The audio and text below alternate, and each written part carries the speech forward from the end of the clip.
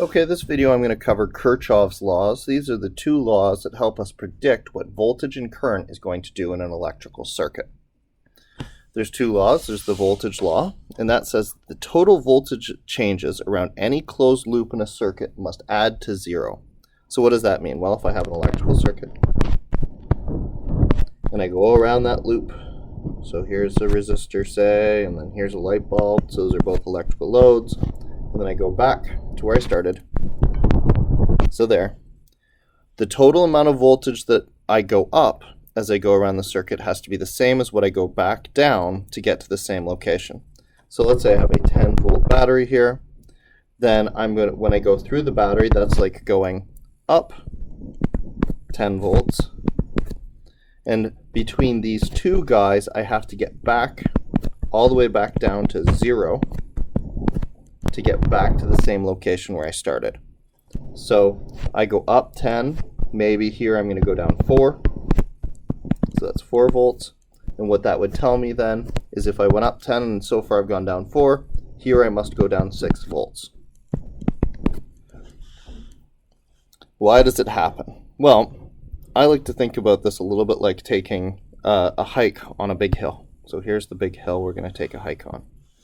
And let's say here we found a pretty steep path that goes up the hill, and it goes up to this location here. So this is location A, and we'll call this location B. Let's say when I did that, I went up a height of 50 meters. And then I'm going to take this nice little path over here to C. And when I come back down there, I'm going to come back down 10 meters. If I want to complete my loop, if I want to go all the way back to my starting location at A, how much further do I have to go down? Well, if I went up 50 and down 10, that means that I must have 40 meters left to get back to my original position.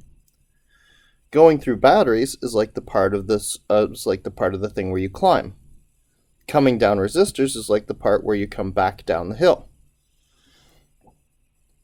If you're going to get back to the same location, let's call this location A, then your total height change must go to 0. As in, if you get back to where you started from, has your height gone up or gone down or done nothing? Well, if you're back to your starting point, your height must not have changed, or the total changes that it's gone through must be 0. So here, this would be like going from A to B on your way up the hill. And here it's like you went to C, right? So you've come down some of the way, but the total has to be, but you have to go down the rest to get back down to A.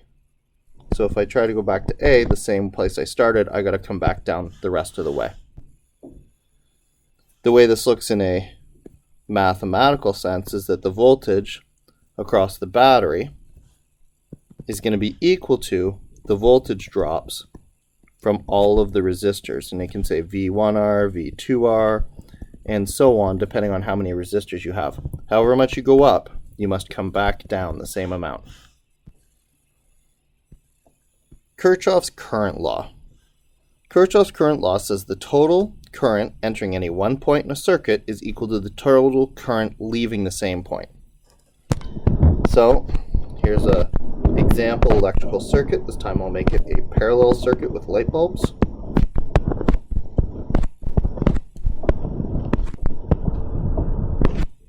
And here I'm going to have 3 amperes of current coming out of the battery.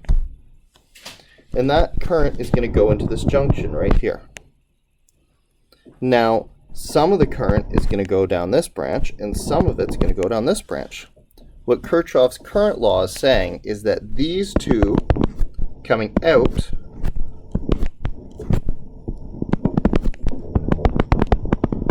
have to match the amount of current that came in.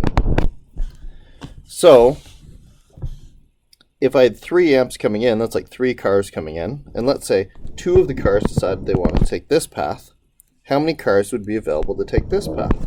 Well, 3, 2's there, so this one would have to be 1 amp, or 1 car.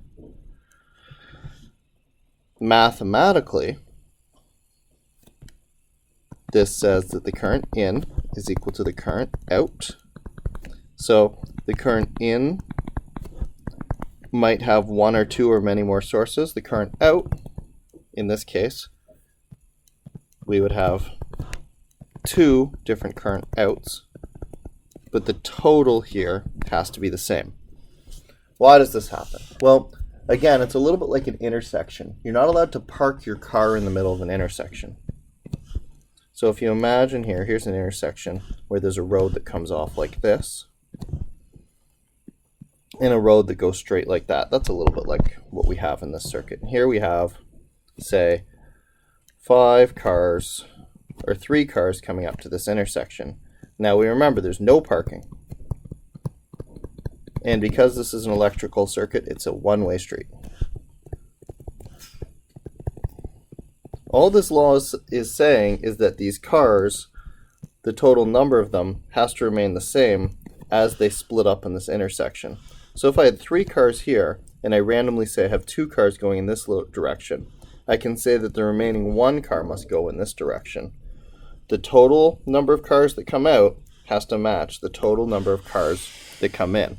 Or if we want to say it for an electrical circuit, we would say the total amount of charge or current that goes into an intersection has to equal the total number or total amount of charge or current coming out of that intersection.